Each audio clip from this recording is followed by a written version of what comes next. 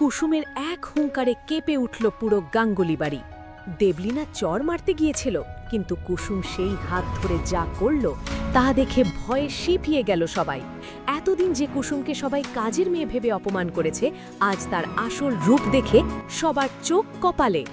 ঈশান আর আয়ুষ কি তবে মা ইন্দ্রাণীকে ধোঁকা দিয়েছে, নাকি এর পেছনে আছে আরও বড় কোনো ষড়যন্ত্র? আজকের ভিডিওতে দেখুন দেবলীনার মুখোশ খোলার সেই টান টান মুহূর্ত। বন্ধুরা, সিরিয়ালের আজকের পর্বটি ছিল একদম পয়সা উসুল।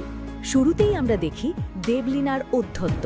সে কুসুমকে আবারও ছোট লোক এবং কাজের মেয়ে বলে অপমান করতে থাকে। রাগের মাথায় দেবলীনা যখন কুসুমের গায়ে হাত তুলতে যায়, তখনই ঘটে সেই জাদুকরী মুহূর্ত।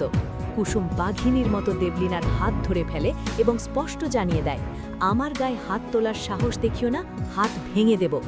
দেবলীনা অপমানে জ্বলে উঠে ইন্দ্রাণী দেবীর কাছে ছুটে যায়। সে তার ফোনে থাকা কিছু গোপন ছবি ও ভিডিও সবাইকে দেখায়, যেখানে দেখা যায় রূপসায়ের গ্রামে ঈশান আর কুসুম স্বামী স্ত্রীর মতো থাকছিল। দেবলীনা প্রমাণ করতে চায় যে ঈশান তার মাকে মিথ্যা বলেছে এবং কুসুম আসলে বাড়ির বউ, কাজের মেয়ে নয়।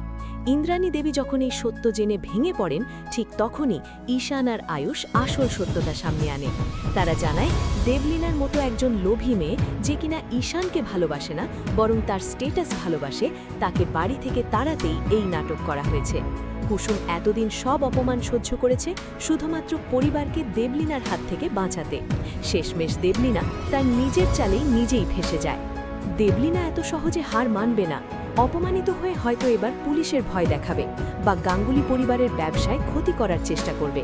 অন্যদিকে ইন্দ্রাণী দেবী কি কুসুমকে মন থেকে বউ হিসেবে মেনে নেবেন, নাকি ছেলেদের মিথ্যে বলার জন্য তাদের উপর অভিমান করে থাকবেন?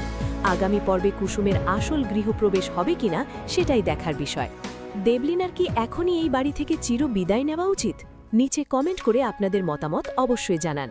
বন্ধুরা, কুসুমের এই সাহসিকতা যদি আপনাদের ভালো লেগে থাকে, তাহলে ভিডিওতে এখনই একটি লাইক দিন। গল্পের প্রতিটি মোড় সবার আগে জানতে আমাদের চ্যানেলটি সাবস্ক্রাইব করে বেল আইকনটি বাজিয়ে দিন। দেখা হচ্ছে পরের ভিডিওতে। ততক্ষণ ভালো থাকুন, সঙ্গে থাকুন।